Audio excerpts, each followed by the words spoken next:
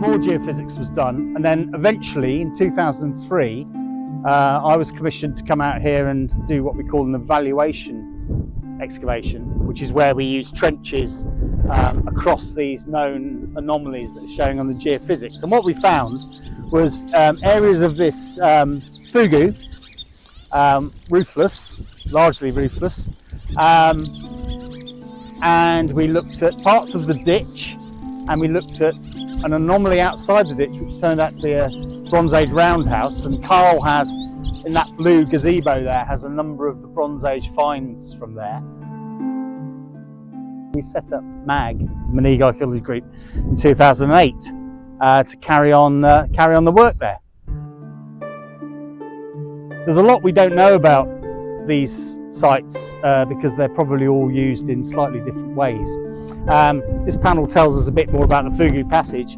We had got this far in 2003, and then when MAG was formed, we decided to carry on chasing it. If you were to read my academic paper that I wrote on the 2003 work, you'd see that I kind of guessed that this passageway might link up with our, what we call the void, which is where Chris found the hole open up under the tractor wheel. But it didn't do that at all.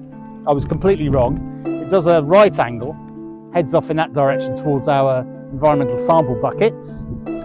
All of our soils and things are sieved. There's a little bit on the panel there about the guys doing it. That's using a thing called a flotation tank, which is that device over there.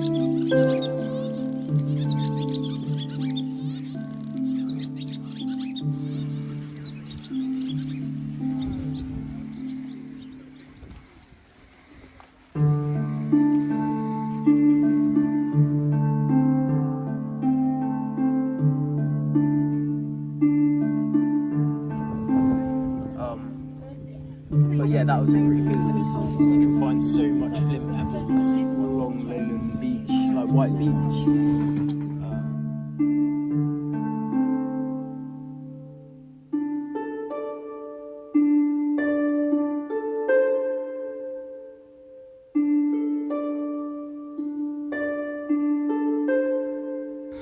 The only sign of occupation is this burnt and charcoal layer.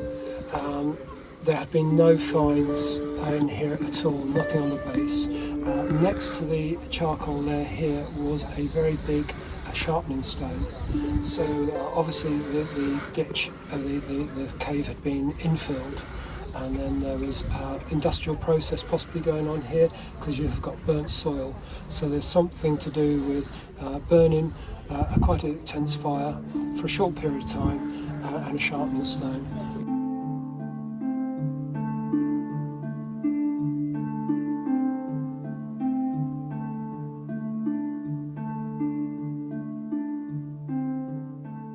Off it here and there, it does look a bit muddy. And when we get, so by the time we get to where that strange pedestal of stones is, we're looking at an intact bedrock roof.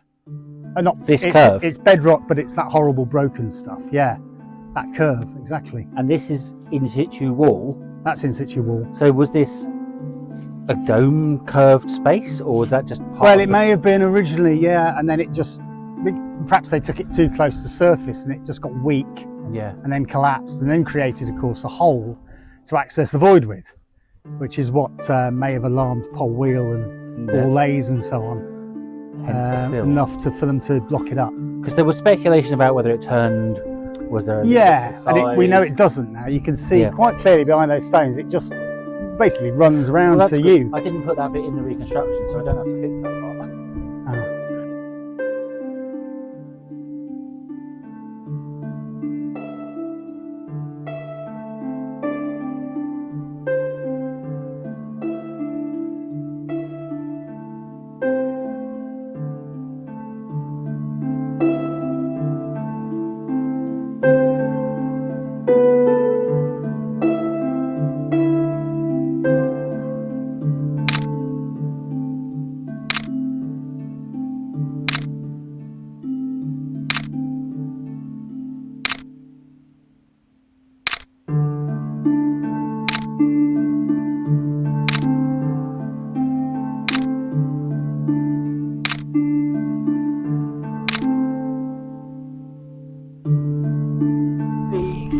Ware.